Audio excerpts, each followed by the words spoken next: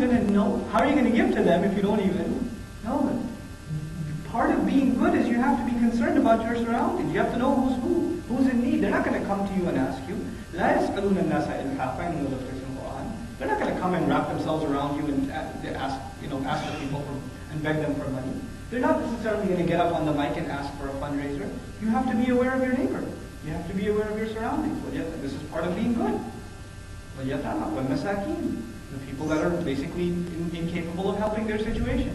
They're in this situation of weakness, be it financial or otherwise. And these are, it's a tough economy. Somebody lost their job. They can't even buy groceries for the family anymore. But they're coming to the masjid every day. You should tell them their face something is wrong. That's how, this goodness is. We're supposed to be concerned for the other.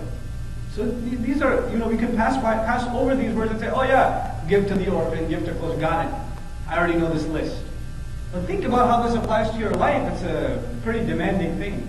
And it changes the way you perceive others around you. SubhanAllah. The qurba, wal yatama, wal masakin, wal sabil, and the one in the midst of travel. The son of the path is an expression in Arabic for the one in the midst of travel. How many times do we have people coming to visit our communities, Muslim communities, and they have to book a hotel? Right? That's a shame on the Muslim community if somebody visits our city and they have to book a hotel. We should be competing with each other and they can stay at our house. We have to spend on them. That's an honor Allah has given us. They take the sins of the family with them. SubhanAllah. Then of course at the end of this list, وَالسَّائِلِينَ وَفِي الرِّقَابِ, that's obvious. وَالسَّائِلِينَ, those who ask. Those who are actually going to come up to you and ask you. What does that tell you about all these other categories before we got to this one? They're worthy. Perhaps even more worthy, but they don't ask you. So who has to be doing the asking? You do. It's completely different. The way we think about giving sadaqah, we wait for somebody to come and ask.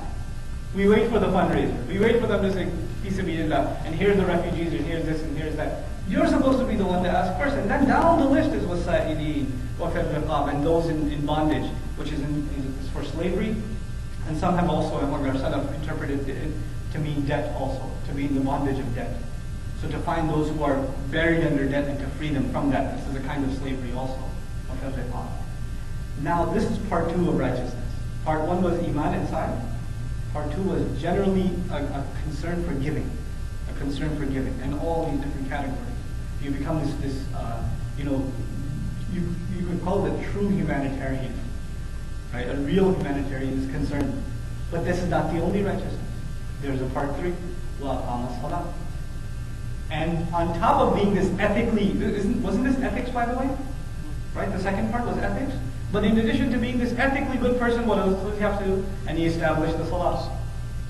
The salah is a part of, it's consistent. It's not aw aqama salah or thumma aqama salah. After he's that good, then he can establish. No, what aqam? It's immediate. It's simultaneous. And he established the salah. And what ata zakah? You guys know what that means, right? You give the zakah. So Allah talks about zakah separately, and he talked about giving all of those people separately. So that was in addition to what? That was in addition to zakat. That wasn't the 2.5% and you're done. Zakat is the minimum. This is like a reference to the Sharia.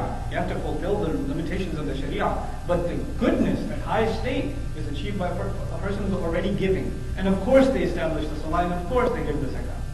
And then there's a switch in the language. وَالْمُوفُونَ, an ism is used, ism fa'il is used. And this is a rhetorical feature of Arabic to refer to something that is permanent and fixed. And more important, that was mentioned before. He says, and those, I'm going to use more English words to try to translate and communicate the message of the words, and those who scrupulously, relentlessly fulfill their promises if and when they get into an agreement.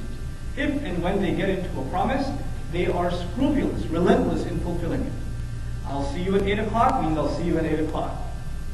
Right? I'll pay you by Thursday means I'll pay you by Thursday. You go and your mom says go to school on time, and you say yes I will. That means yes you will. It's not casual. There's no such thing as Muslim standard time. Right? There's no such thing. Sometimes we take our promises very casually. How are you going to know? How are you going to give to them if you don't even know them?